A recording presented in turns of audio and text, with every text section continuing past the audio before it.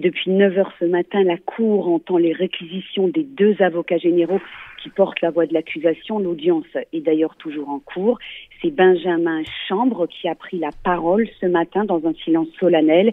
Il est revenu sur la longueur insupportable de cette procédure, près de 43 ans, rendant hommage à l'opiniâtreté des enquêteurs, des magistrats et des avocats qui ont rendu possible ce procès.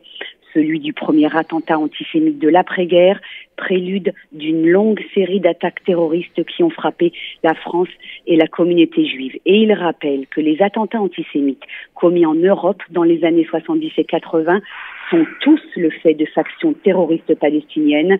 L'attentat aveugle de la rue Copernic, dit-il, n'est pas le fait du groupe Abu Nidal, comme veut nous le faire croire la défense, mais bien celui du FPLP, Opération Spéciale.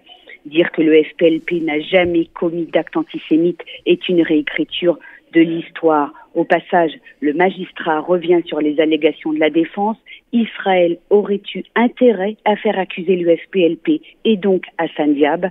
Le rapport de la DST de 99 est très clair, rappelle l'avocat général. Le FPLP est derrière l'attentat de la rue Copernic. Ces informations sont le fruit direct du travail des agents français, non de celui de services extérieurs et en aucun cas celui des Israéliens.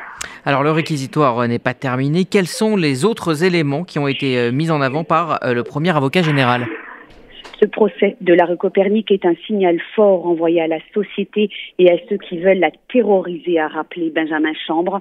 La France continuera à traquer tous ceux qui l'attaquent. Ils doivent savoir qu'ils ne finiront pas leur jour impunément. Le magistrat évoque ensuite le box vide. L'accusé a refusé de venir à son procès. Il est jugé par défaut. Si l'attentat aveugle a été réalisé sous le sceau de la lâcheté, déclare l'avocat général, l'absence de Diab à cette audience est une infamie. Et il souligne que l'universitaire d'Ottawa est très actif au Canada, menant une campagne médiatique à cause d'interviews et de tribunes soutenue par Amnesty International, une campagne habilement orchestrée qui tente d'imposer le mythe d'un procès inéquitable, n'hésitant pas à comparer Diab au capitaine Dreyfus. Si le silence était son droit, assène le magistrat, sa présence à ce procès était son devoir. Ne vous y trompez pas, cette absence relève d'une stratégie, dit-il. Elle lui évite la confrontation directe avec les témoins qui l'ont désigné sans jamais se tromper sur des photos. Et il ajoute, notre intime conviction et la responsabilité d'Hassan Diab dans cet attentat odieux, il a été un opérationnel du FPLP-OS.